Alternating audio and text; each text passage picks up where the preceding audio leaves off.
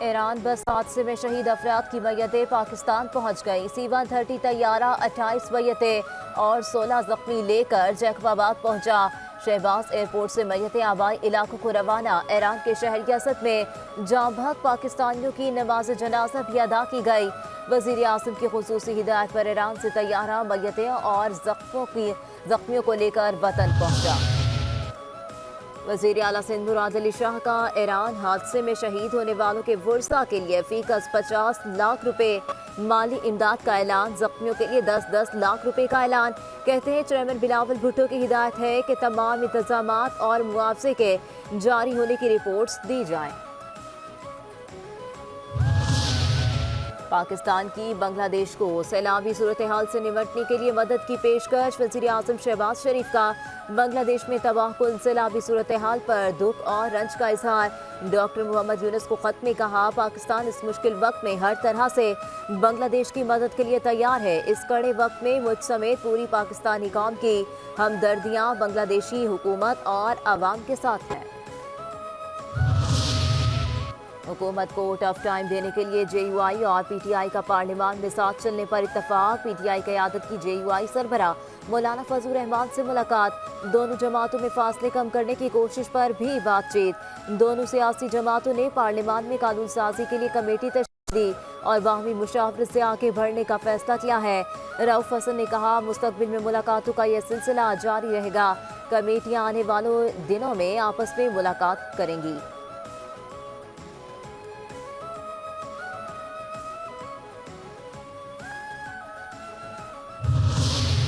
وفاقی حکومت کا یوٹیلیٹی سٹورز بند کرنے کا فیصلہ۔ حکومت نے یوٹیلیٹی سٹورز انتظامیہ کو 2 ہفتے کا وقت دے دیا۔ 11,000 سے زائد ملازمین میں تشویش کی لہر۔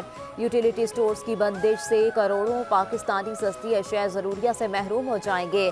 یوٹیلیٹی سٹورز کارپوریشن انتظامیہ کا پارلیمنٹ سے مدد لینے کا فیصلہ۔ قومی اسمبلی اور سینٹ کی قائمہ کمیٹیوں برائے صنعت و پیداوار سے رجوع کر کے یوٹیلیٹی سٹورز کی بندش کے اثرات سے آگاہ کیا جائے گا۔ بندش کا فیصلہ سامنے آنے کے بعد ہزاروں ملازمین کا احتجاج۔ حکومت سے فیصلہ واپس لینے کا مطالبہ۔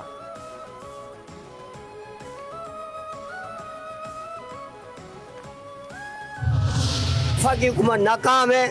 پہلے دیکھیں آپ جو لٹی سٹور جو عوام کا یہ آسرا تھا سستائی کا، جو لٹی سٹور گھر ہے کوئی بند کرے گی تو عوام کو کیا فائدہ ملے گا؟ مہنگائی کے ستائے عوام نے یوٹیلیٹی سٹور بند کرنے کے حکومتی فیصلے کو عوام دشمن قرار دے دیا۔ شہریوں کا یوٹیلیٹی سٹورز کی بندش کا فیصلہ واپس لینے کا مطالبہ۔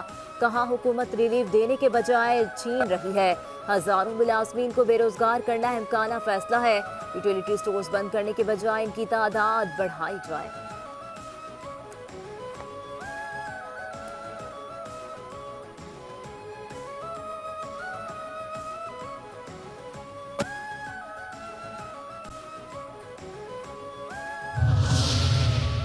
IMF پیکج دے گا یا نہیں، حکومتی اور مخالف حلقوں میں چہمہ گوئیاں۔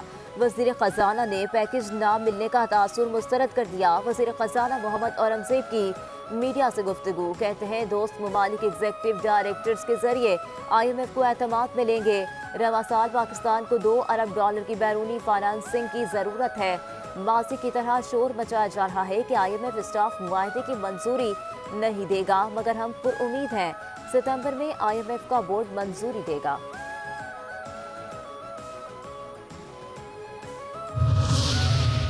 IPP سے معاہدے ختم نہیں کریں گے لیکن ان سے بات کریں گے۔ وفاقی وزیر توانائی سردار اویس لغائی کا غیر ملکی میڈیا کو انٹرویو۔ کہتے ہیں مہنگی بجلی کی وجہ IPPs کی پالیسی نہیں بلکہ ملک کے معاشی حالات ہیں۔ IPP سے معاہدے زبردستی ختم نہیں کریں گے۔ اسلام آباد میں انتشار کا خدشہ تھا، اس لیے جلسہ ملتوی کیا۔ 8 ستمبر کے جلسے میں کسی نے رکاوٹ ڈالی تو خود ذمہ دار ہوگا۔ بانی PTI کی تنبیہ۔ اڈیالہ جیل میں صحافیوں سے غیر رسمی گفتگو میں کہا جب مجھے دینی جماعتوں کے احتجاج کی اطلاع دی گئی تو اعظم سواتی اور بیرسٹر گوہر کو بلا کر ملاقات کی اور جلسہ ملتوی کرنے کی ہدایت کی۔ کبھی نہیں چاہوں گا کہ ملک میں انتشار ہو۔